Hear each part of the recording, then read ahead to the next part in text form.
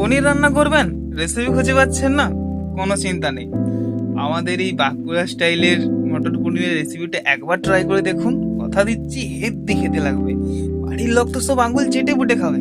তাহলে চলো, ওর একটা প্রেসার কুকার নিয়ে ঝটপট করে কেটে রাখা আলু আর মটর কলাই পরিমাণ মতো নুন আর জল দিয়ে সেদ্ধ করতে চাপিয়ে দিন।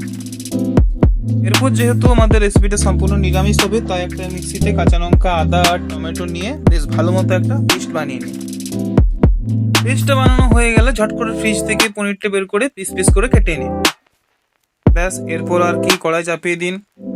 কড়াই তেল গরম করে তাতে খানিক নুন দিয়ে বেশ তেলটা এপিট ওপিট ভালো মতো লাগিয়ে পনিরের টুকরোগুলো দিয়ে মিডিয়াম ফ্লেমে লাল লাল করে ভেজে নিন।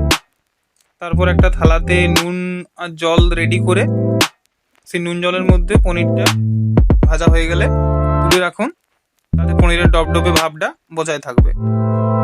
সেদ্ধ করতে দেওয়া আলু আর মটর কলাগুলো এরপর নামিয়ে নেব। এরপর শুরু হচ্ছে আসল মশলা তৈরির পালা। এরপর কড়াইতে তেল গরম করে তেজপাতা দিয়ে দেবো। তেজপাতা দেওয়ার পর গোটা জিরে আর পাঁচফোড়ন দিয়ে দেবো। এর খানিক বাদে পরিমাণ মতো হলুদ আর গুঁড়ো লঙ্কা, স্বাদ মতো গুঁড়ো লঙ্কা অ্যাড করব। খানিকক্ষণ ভাজবো। খানিকক্ষণ ভাজা হয়ে যাওয়ার পর যে পিসটা আমাদের আগে থেকে করে রাখা ছিল সে পিসটা অ্যাড করে দেবো। পিসটা অ্যাড করার পরও ভাজতে থাকতে হবে, খানিকক্ষণ ভাজবো।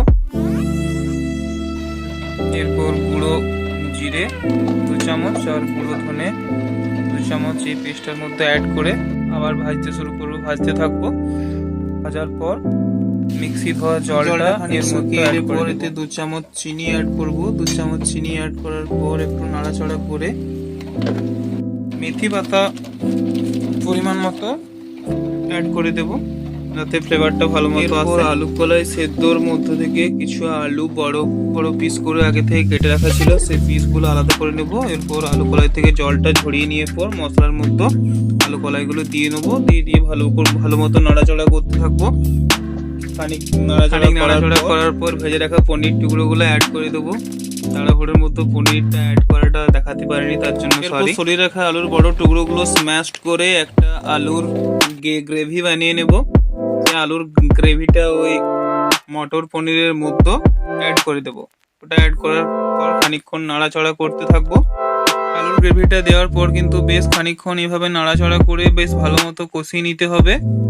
তারপর কালার চলে এলে পর পরিমাণ মতো জল দিয়ে হালকা খানিকক্ষণ ফুটিয়ে নেব। ফুটিয়ে নেওয়া হয়ে গেলে পরই কিন্তু তৈরি হয়ে যাবে আমাদের টেস্টি